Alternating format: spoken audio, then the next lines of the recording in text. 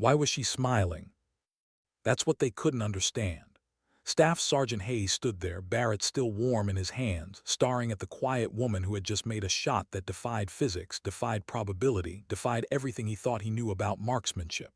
3,200 meters, over 2 miles, through wind conditions that should have made it impossible, and she was smiling. Not the triumphant grin of someone who had just proven everyone wrong. Something softer. Something that looked almost like relief. But this moment, this shot that would echo through Firebase Alpha for years to come, this wasn't where the story began. It began months earlier, with a helicopter touching down in the Afghan desert, carrying a woman with dark eyes that held secrets no one thought to ask about. The Chinook's rotors kicked up dust devils across Firebase Alpha's landing zone, obscuring everything except the silhouette of a slender figure stepping onto the tarmac. Maria Santos, 26 years old, olive skin weathered by sun she hadn't earned in this desert, dark hair pulled back in regulation style, duffel bag over one shoulder, medical corps assignment papers in her other hand. She looked like 1,000 other support personnel who rotated through forward operating bases. Competent, professional, forgettable. That's what they all thought. They were wrong about everything. Firebase Alpha sat like a concrete wound against Afghanistan's Wardak province, surrounded by mountains that stretched endlessly toward Pakistan. 200 personnel, mostly combat veterans with multiple deployments. Men who had survived Fallujah, Kandahar, and countless unnamed villages where the difference between living and dying came down to knowing exactly who you could trust when bullets started flying. They didn't trust easily. They especially didn't trust quiet medics with clean uniforms and assignment papers that raised more questions than they answered. Colonel Patricia Reeves saw it first. Something in the younger woman's eyes during that brief check-in meeting. Something that reminded her of old-school operators, the ones who spoke little but moved with the kind of awareness that kept people breathing in hostile territory. "Santos," she had said, reviewing the medical corps papers, "your training record shows advanced trauma care, battlefield triage, emergency surgery certification. That's impressive for someone with your apparent experience level." Maria's response was simple, respectful. "Yes, ma'am." Nothing more, no elaboration, no attempt to impress, just quiet acknowledgement. "The Rangers here have been operating in continuous contact zones for 8 months, Colonel Reeves continued, watching carefully. "They've learned to be particular about who they trust with their medical care. Some of them might test you." "I understand, ma'am," Maria replied, her voice steady. "I'm here to keep people alive."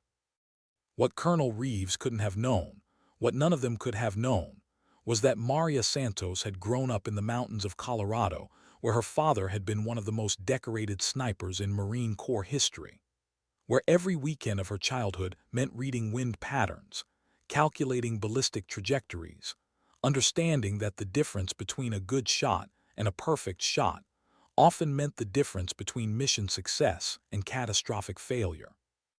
Where love was measured in lessons about breathing control and respect was earned through precision.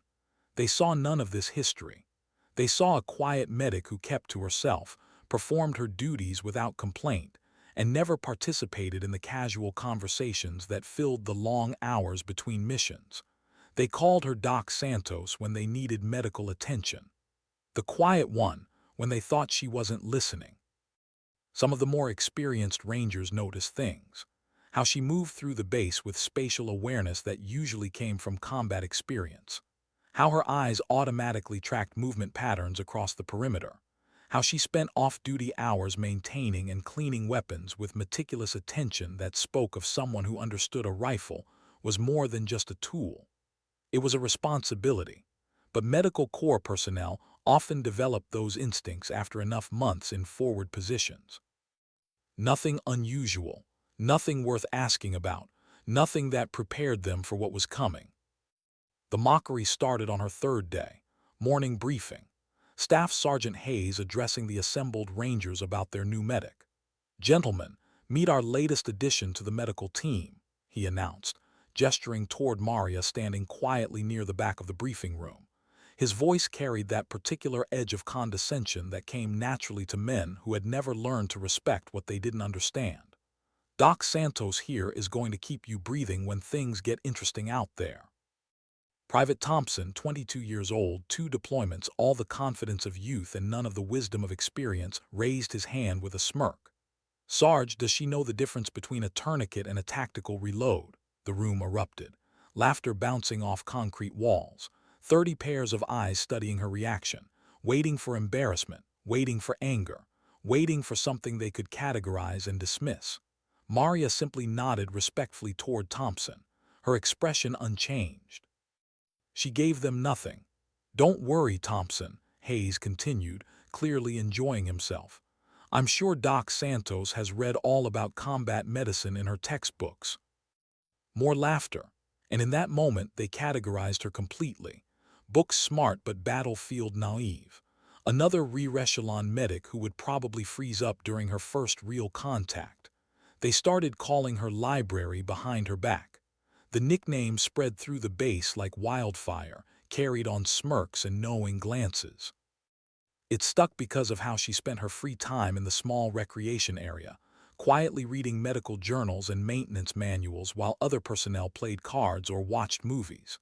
When anyone approached her table, she would look up with polite attention, answer questions about medical procedures or equipment, then return to her reading without attempting to extend the conversation.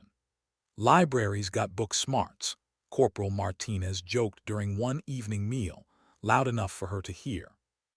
But out here you need street smarts, combat smarts, the kind you don't learn from pages. Maria took another bite of her meal, didn't look up, didn't respond, and her silence, they decided, was confirmation. She couldn't handle the reality of what they did. What they didn't see was how her jaw tightened slightly, how her fingers pressed just a bit harder against her fork, how something in her chest ached not from their words, but from the knowledge of what she was carrying alone. Her father's voice echoed in her memory.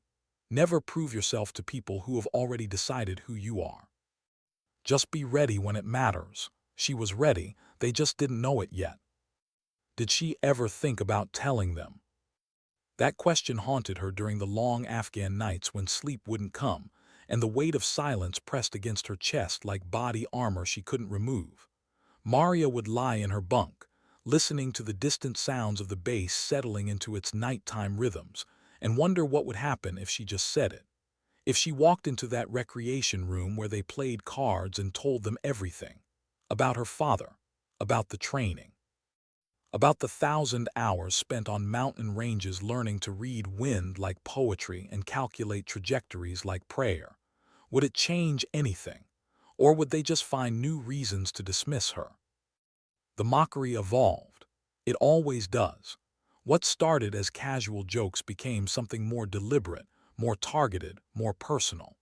Hayes seemed to take particular pleasure in creating situations designed to highlight her supposed inadequacy. During equipment inspections, he would stand over her shoulder, making loud observations about how medical personnel probably didn't understand the difference between an M4 and an M16. Library probably thinks they're the same gun, he'd announce to whoever was nearby. Just different numbers, right, Santos? She would acknowledge him with a polite nod and continue her work, her movements precise, her silence absolute. During tactical drills, he positioned her in scenarios meant to expose her lack of combat experience. Santos, you're on overwatch, he'd bark, assigning her to positions that required scanning sectors and calling out potential threats. Then he'd critique every decision she made. Too slow identifying that target. In real combat, your team would be dead. His words carried the weight of someone who had earned his authority through experience, through survival, through seeing things that justified his harsh judgment. Except Maria had seen things too. She just didn't talk about them. The other Rangers followed Hayes's lead because that's how military culture works. The hierarchy of respect flows downward from those who have proven themselves in combat. If Hayes dismissed her, they dismissed her. If Hayes mocked her, they mocked her. It was easier than thinking for themselves, safer than questioning someone with his experience.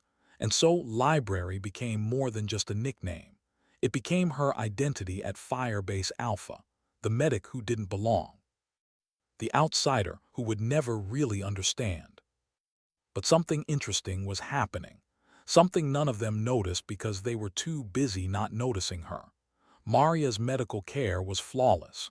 When Corporal Davidson came in with a deep laceration from a training accident, she stitched him up with such precision that the veteran medic assisting her whispered, "Where did you learn to suture like that?" When Specialist Rogers developed symptoms of appendicitis during a weekend when the senior medical officer was away, Maria diagnosed it immediately, prepared him for emergency evacuation, and potentially saved his life. When a convoy returned from patrol with 3 casualties from an IED strike, Maria moved through the chaos with the kind of calm efficiency that usually took years of trauma experience to develop. They noticed the results, they just didn't connect them to respect. "She's good at the medical stuff," Martinez admitted one evening. "I'll give her that, but being a good medic doesn't mean you understand combat." It was the strangest contradiction. They trusted her with their lives when they were wounded, but not with their respect when they were whole. They relied on her competence in the medical bay but dismissed her presence everywhere else. And Maria absorbed it all, every slight, every joke, every casual dismissal. She absorbed it the way desert sand absorbs rain, silently and completely, giving no indication of how deeply it penetrated. She called her mother once a week using the satellite phone connection available to deployed personnel. Those conversations were carefully edited versions of her reality. "How are you doing, Mija?" her mother would ask, and Maria would talk about the medical work, the patients she'd helped, the satisfaction of keeping soldiers healthy and operational. She never mentioned the mockery, never mentioned Hayes, never mentioned the nickname. Her mother had suffered enough when Diego Santos died. She didn't need to carry the weight of her daughter's smaller struggles. But sometimes, when the conversation wound down and her mother would say, "Your father would be so proud of you," Maria would have to look away from the phone, blinking hard against the sudden pressure behind her eyes. Would he be proud? She wasn't sure anymore. Diego Ghost Santos had taught her that skills meant nothing without the character to use them properly. That respect earned through fear or domination wasn't real respect. That the mark of a true professional was knowing when to act and when to wait. "Some battles aren't worth fighting," he used to say, cleaning his rifle with the same meticulous care he brought to everything. "Save your ammunition for when it matters." So she waited. She absorbed. She served quietly and competently, and she tried not to think about what it was costing her. The breaking point almost came during a late-night emergency. Ranger squad returning from reconnaissance patrol. Contact with Taliban fighters. 2 casualties, 1 critical. The critical casualty was Private Thompson, the same soldier who had joked about her not knowing the difference between a tourniquet and a tactical reload. He arrived at the medical bay with a sucking chest wound, blood foaming at his lips, eyes wide with the particular terror that comes from not being able to breathe. Maria was on duty, alone. The senior medical officer was dealing with the second casualty, and Thompson was dying. She moved on pure instinct, chest seal, IV line, intubation, her hand steady while Thompson's eyes locked onto hers with desperate pleading. "Stay with me," she told him, her voice cutting through his panic. "I've got you, you're going to be fine." And he was, because she was that good. Because her father had taught her that medical care and marksmanship came from the same fundamental skill. Precision under pressure. Breathing control when everything around you is chaos. Steady hands when steady hands are the only thing standing between life and death. When Thompson stabilized, when his breathing regulated and the terror faded from his eyes, he grabbed her hand with surprising strength. "Thank you," he whispered. I'm sorry for everything." Maria squeezed his hand back. "Don't apologize, just heal." But later, after her shift ended, after she'd cleaned the blood from her uniform and written up the medical report, she sat alone in the supply room and cried for the first time since arriving at Firebase Alpha. Not from sadness. From exhaustion, from the weight of carrying competence that no one acknowledged, from the loneliness of being exceptional in a place that had decided she was ordinary. The question remained, did she ever think about telling them, every single day? But telling them would mean needing their validation. And Maria Santos, daughter of Diego Ghost Santos, had learned long ago that the people worth impressing were the ones who saw you without needing to be told who you were. What happened when the Barrett arrived? The massive rifle showed up on a routine supply helicopter, carried in a reinforced case that required 2 soldiers to lift. Barrett M82A1, 50 caliber anti-materiel weapon system, 30 pounds of precision engineering designed to disable vehicles, penetrate fortifications, and engage targets at distances that push the boundaries of what physics considered possible. Firebase Alpha had requisitioned it months earlier for potential long-range engagements, but until now, they'd made do with standard designated marksman rifles and M24 sniper systems. The Barrett was different. The Barrett demanded respect. Staff Sergeant Hayes took personal responsibility for the weapon. Of course he did. He'd qualified as a designated marksman during his 3rd deployment, had made several successful shots in combat situations, and considered himself the natural choice to employ the base's most powerful precision weapon. He assembled a small group of Rangers with shooting experience to familiarize themselves with the system. They spent an afternoon on the range, taking turns with the massive rifle, experiencing its devastating recoil, feeling the unique satisfaction of watching 50 caliber rounds impact targets over 1,000 meters away. Maria watched from a distance. She was performing routine equipment maintenance nearby, technically unrelated to the shooting demonstration, but close enough to observe, close enough to see Hayes struggling slightly with the windage adjustments, close enough to notice how he was compensating for the rifle's weight instead of working with it, close enough to identify at least 3 technical errors in his shooting position that would affect accuracy beyond 1,500 meters. She said nothing, just watched, just absorbed, just remembered her father's voice explaining the specific challenges of the Barrett system, the unique ballistic characteristics of 50 caliber ammunition, the critical importance of understanding how the weapon's massive power interacted with environmental factors. "Damn thing kicks like an angry mule," Martinez joked after taking his turn, rubbing his shoulder with exaggerated pain. "But it sure makes a statement when it hits." The group laughed, examining their target results with the satisfaction of men who just experienced something genuinely impressive. Hayes was examining his grouping, decent shots clustered around the center mass of a target at 1,100 meters. Respectable performance. Nothing extraordinary, but solid enough to justify his confidence. That's when Corporal Davidson made the comment that would change everything. "You know what would be funny," he said, grinning at some private joke. "We should let Library try it." The suggestion hung in the air for a moment before the laughter started. The image was apparently hilarious. Their quiet, bookish medic trying to handle the most powerful rifle on the base. "She'd probably need a diagram just to figure out which end the bullet comes out of," Thompson added, his gratitude for Maria saving his life apparently forgotten in the momentum of the group mockery. Hayes seized on the idea with the enthusiasm of someone who just found a new way to reinforce the established hierarchy. "You know what? That's not a bad idea. Educational opportunity. Let's show our medic what real combat systems look like." He raised his voice, calling across the range where Maria was working. "Santos, come here for a minute." She looked up from the equipment she'd been maintaining, her expression neutral. She knew what was coming. Could read it in their postures, in the barely contained laughter, in the particular cruelty of men who found entertainment in other people's expected failure.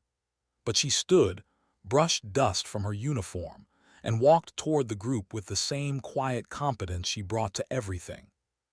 "Doc, we've been qualifying on this new weapon system," Hayes announced, gesturing toward the Barrett with proprietorial pride. "Figured you might want to familiarize yourself with it. You know, in case you ever need to provide medical care to someone operating a 50 caliber system." The explanation was thin enough to be transparent. This wasn't education. This was theater, entertainment at her expense. The other Rangers gathered closer, anticipating the show. "Sure," Maria replied simply. I'd be happy to familiarize myself with the weapon. Hayes's grin widened. This was going better than he'd hoped. Most people would have made excuses, tried to avoid the obvious setup. But Santos was either too naive to see the trap or too proud to acknowledge it. Either way, this was going to be good. Excellent. Let's start with basic safety and handling. He lifted the Barrett from its rest, performed an exaggerated clearing procedure to verify the chamber was empty, then extended the massive rifle toward Maria. This is a Barrett M82A1. Weighs about 30 pounds loaded. Fires 50 caliber BMG ammunition. Effective range varies depending on conditions, but qualified operators can engage targets accurately out to 1,800 meters, sometimes further in optimal conditions.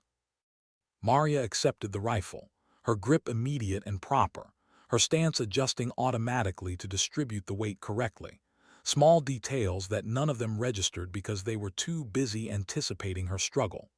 The recoil is substantial, Hayes continued in his most condescending instructional tone. First-time shooters often find it overwhelming, nothing to be embarrassed about. It takes experience to handle a weapon system like this effectively. He was setting up the excuse for her anticipated failure, giving her an honorable out while simultaneously ensuring everyone understood that her inevitable poor performance was expected and acceptable.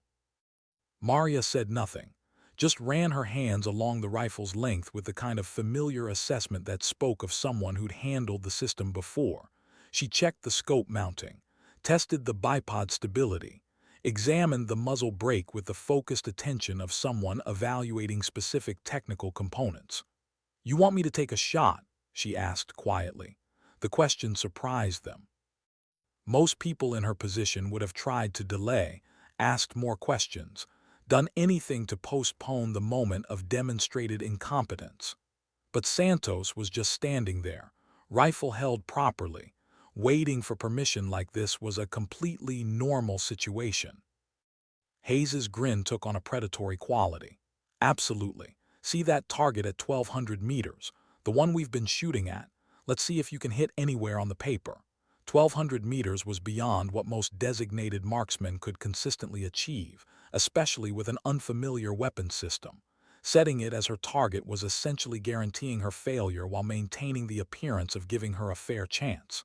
The perfect setup. Maria nodded, moved to the shooting position, lowered herself behind the rifle with movements that were starting to look uncomfortably professional to anyone paying close attention. But they weren't paying close attention. They were anticipating the punchline. What they didn't know, what they couldn't have known, was that Maria Santos had been shooting Barrett systems since she was 17 years old. That her father had considered the M82A1 his personal favorite for long-range work. That she'd spent countless weekends on Colorado mountain ranges, learning to read the unique ballistic characteristics of 50 caliber ammunition, understanding how the massive projectile interacted with wind and elevation in ways that smaller calibers didn't. That she'd made shots at distances that would have challenged military snipers with decades of experience. They didn't know any of this. They were about to learn. How did silence become her weapon? Maria settled behind the Barrett with the ease of someone returning home after a long absence.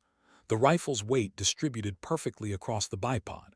Her cheek found its natural position against the stock. Her breathing slowed automatically, falling into the rhythm her father had drilled into her muscle memory years ago. Around her, the gathered rangers were still talking, still laughing, still treating this as entertainment rather than demonstration. They hadn't noticed the shift yet, hadn't registered that something fundamental had changed in how she was holding herself. Hayes was providing unnecessary instruction. "You'll want to compensate for wind. There's probably 3 to 5 miles per hour coming from the east. Account for the distance, the drop, and remember that 50 cal has different ballistic characteristics than whatever you might have shot recreationally." His voice carried that same condescending patience, the tone of someone explaining simple concepts to someone who wouldn't understand complex ones. Maria didn't respond. She was reading the wind. Not with instruments, with instinct. watching how dust moved across the range, feeling the pressure against her skin, calculating variables that Hayes's simplified explanation didn't even acknowledge existed. She adjusted the scope, small movements, precise. The target at 1,200 meters came into focus, standard paper silhouette, already perforated with holes from the earlier shooting session, decent grouping clustered around center mass, respectable work from qualified shooters using a challenging weapon system. But Maria wasn't looking at the existing hits. She was looking at a specific point on the target, upper chest, just left of center. The kind of placement that would matter in real combat situations, where armor and vital organ protection made center mass shots less effective. Her father's voice echoed in her memory. Not instruction, not criticism, just observation. Most shooters aim for what they can hit. The best shooters aim for what matters. She made one final adjustment to the scope, minimal movement, the kind of refinement that separated adequate shots from perfect ones. Then she settled. Her breathing slowed even further. 4 counts in, hold, 4 counts out, hold. The world narrowed to the space between heartbeats. To the moment of absolute stillness, when the body becomes a platform rather than an obstacle. The Rangers had stopped talking. Something in her posture had finally registered. The way she inhabited the rifle rather than just holding it. The way her breathing had synchronized with some internal rhythm they couldn't perceive. Hayes opened his mouth to say something, probably another piece of unnecessary instruction, but Corporal Davidson touched his arm. A small gesture. Wait. Watch. Something's different. Maria's finger found the trigger. Proper placement. Pad of her finger, not the joint. Pressure building gradually rather than jerking. The Barrett's heavy trigger pull required different technique than standard rifles. Too many shooters fought it, tried to force it. Her father had taught her to work with it, to feel the break point approaching, to recognize the exact moment when the weapon was ready to fire. She found that moment, between heartbeats, between breaths. In the space where thought became action, without conscious decision. The Barrett roared. 50 caliber rounds don't fire, they detonate.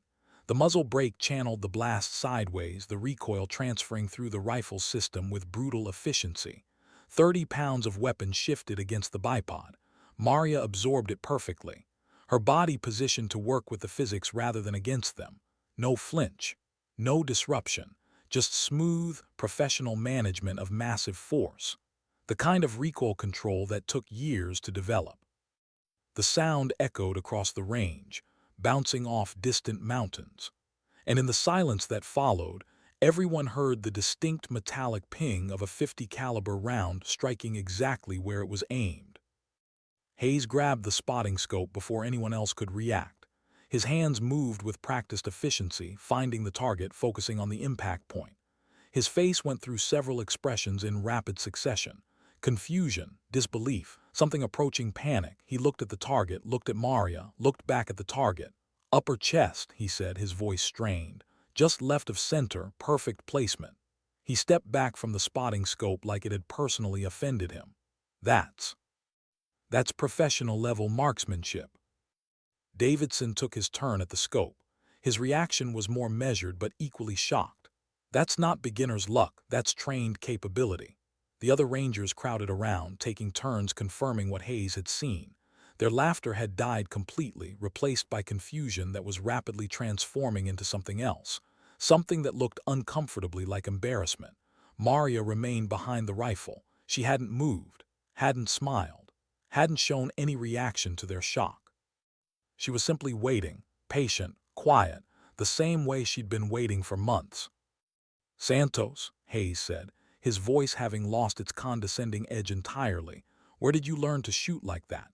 It was the first genuine question he'd asked her since she arrived at Firebase Alpha. The first time he'd addressed her as someone who might have knowledge worth acknowledging. Maria lifted herself from the shooting position with the same fluid efficiency she'd shown settling into it. She handed the Barrett back to Hayes with proper respect for the weapon. My father taught me, she said simply. Your father. Hayes repeated it like he was trying to solve a puzzle with insufficient pieces. What did your father do? And there it was, the question they should have asked months ago.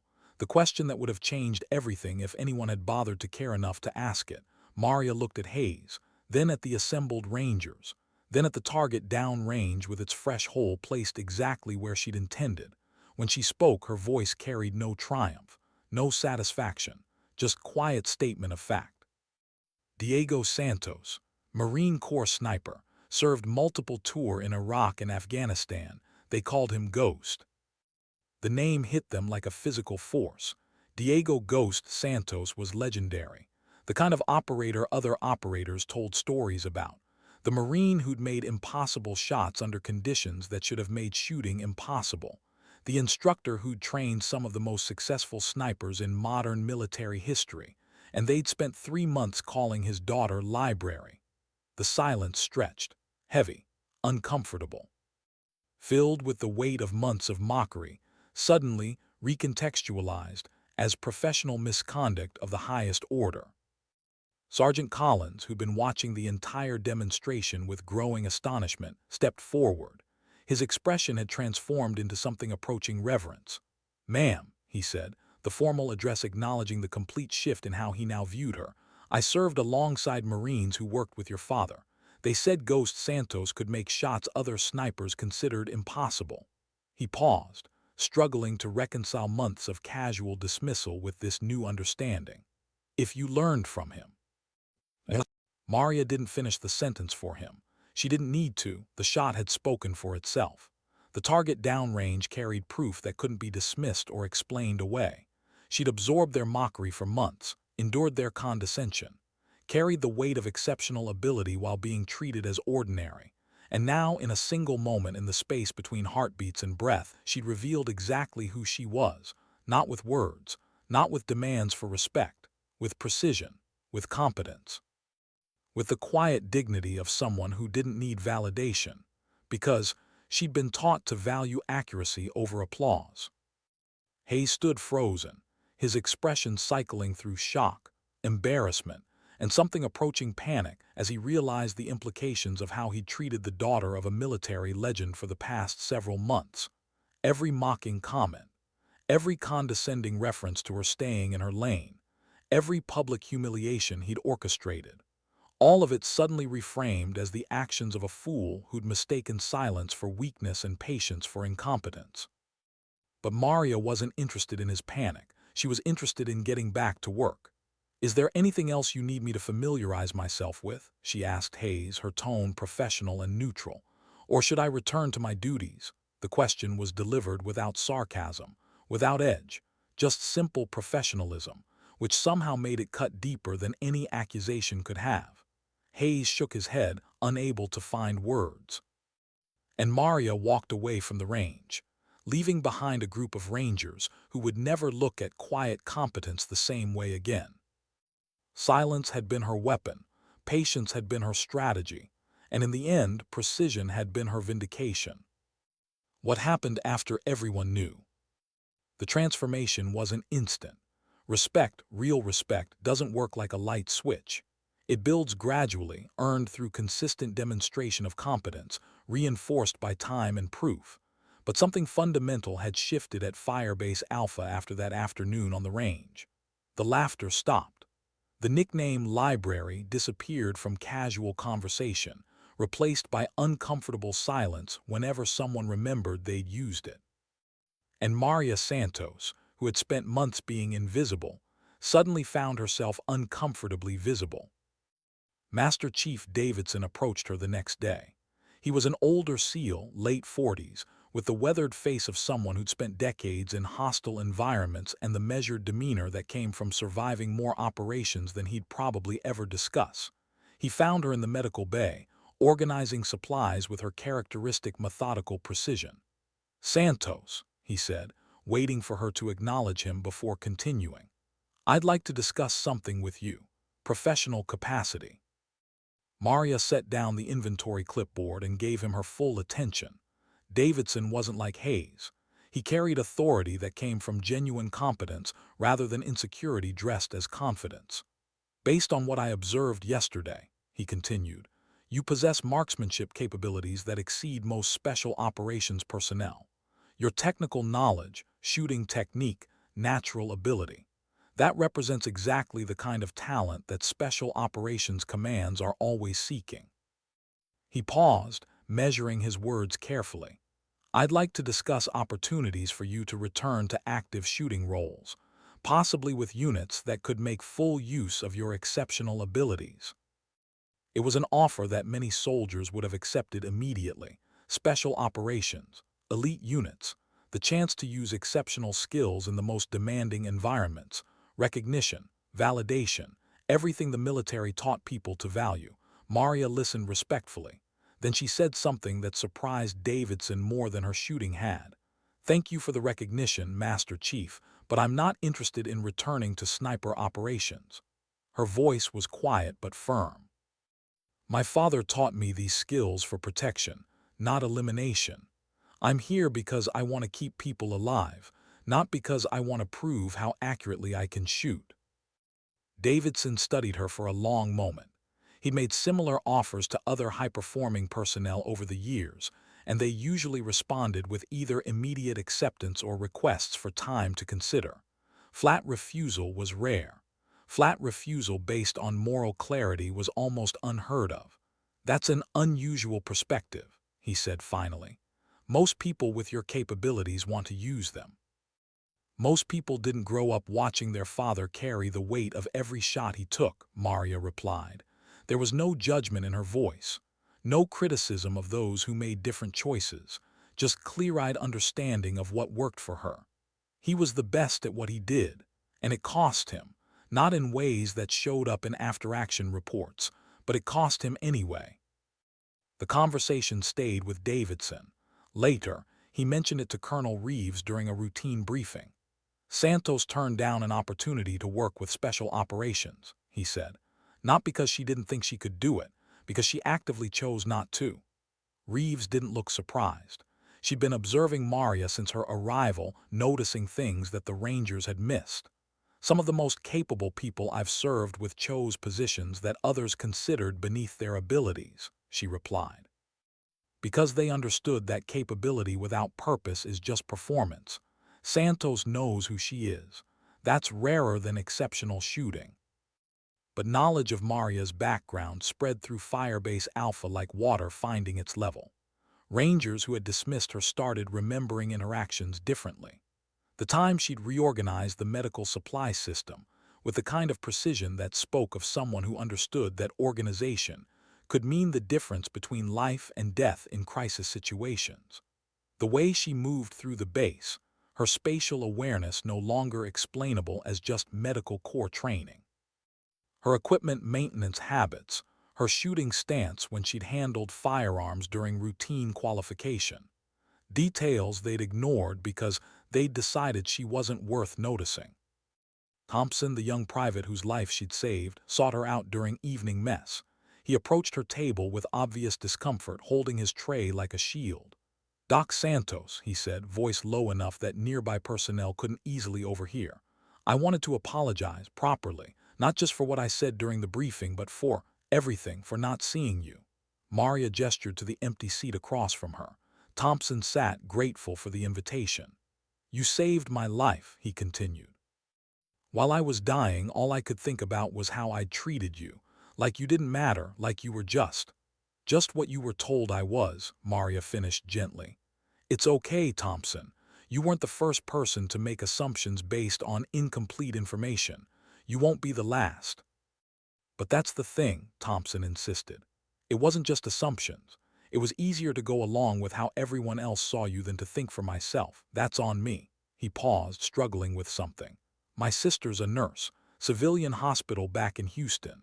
She deals with doctors who treat her like she's invisible, like her experience doesn't matter because she doesn't have the same credentials they do. I always thought those doctors were assholes, and then I came here and did the same thing to you. Maria had heard similar confessions before, people recognizing their behavior only after circumstances forced them to see it clearly. Your sister sounds like someone who's good at her job despite how she's treated, she said. That takes strength. Yeah, Thompson agreed. And so does what you did, taking all that mockery and just continuing to be excellent at your job. I don't know if I could have done that. You would have, Maria replied with quiet confidence. Because when you're doing the work that matters, the opinions of people who don't see you clearly become less important than the people you're serving. It was something her father had told her years ago, after she'd come home crying from a shooting competition, where other competitors had dismissed her as a girl playing at a man's sport. She'd gone on to place first in that competition. The dismissal had stopped mattering the moment she proved it wrong. Other rangers approached her over the following days. Not all of them apologized as directly as Thompson had, but their changed behavior spoke clearly enough. They started including her in equipment discussions, asked her opinion on tactical setups, requested her presence during advanced training sessions, not as an observer but as a participant. Corporal Martinez, who'd led much of the casual mockery, showed up at the medical bay with a request that carried obvious discomfort. Santos, some of us were hoping you might be willing to provide some marksmanship instruction. Informal, if you have time. Maria considered it. She hadn't come to Firebase Alpha to be an instructor, hadn't requested recognition as anything other than a medic, but these were rangers who would be operating in hostile territory, who would be facing situations where marksmanship skills could mean the difference between completing a mission and becoming casualties. Her personal feelings about their previous behavior mattered less than their operational effectiveness. I can do that, she agreed. But understand something first. I'm not here to turn you into snipers. I'm here to make you better at the jobs you already have, and my primary duty remains medical support. Understood, Martinez replied, relief evident in his voice. We're not looking to become elite operators. We just want to learn from someone who clearly knows more than we do. The informal training sessions started the following week. Maria never held formal classes or sought official recognition as an instructor. She simply made herself available to personnel who asked respectful questions and demonstrated genuine desire to improve their capabilities. She taught them wind reading techniques her father had shown her, breathing control methods that improved consistency, mental approaches that helped manage stress during high-pressure shooting situations. And something interesting happened during those sessions. The Rangers started seeing her differently, not just as someone with exceptional skills, but as someone who cared enough about their success to share knowledge she could have kept to herself. Someone who didn't hold grudges or demand apologies before helping them improve. Someone whose quiet competence extended beyond marksmanship into teaching, into patience, into the kind of leadership that worked through service rather than authority. Your father would be proud, Colonel Reeves told her during a private conversation several weeks after the range demonstration. Not just of your shooting abilities, but of how you've chosen to use them. Maria absorbed the compliment quietly. Her father's pride had always mattered more to her than military recognition, and hearing that someone who'd known his work thought he would approve meant something deeper than any formal commendation could have carried. He taught me that skills without character just make you dangerous, she replied. He wanted me to be better than that. You are, Reeves confirmed, and this base is better for having you here. Where did the legend end and the woman begin? 3 months after the range demonstration, Maria received a letter through official channels. Department of the Army, marked with notations indicating high-level interest. The letter contained offers from multiple special operations units, advanced sniper programs, specialized training commands, all seeking to recruit someone with her documented abilities. She declined them all, writing a respectful response explaining her commitment to medical service and her belief that she was already serving where she could make the most meaningful contribution. Hayes had been quietly transferred to another base shortly after the demonstration, his departure arranged through administrative channels that allowed him to maintain his career while removing him from an environment where his credibility had been permanently damaged. His replacement, Staff Sergeant Williams, treated Maria with professional respect appropriate to someone whose capabilities had been definitively established.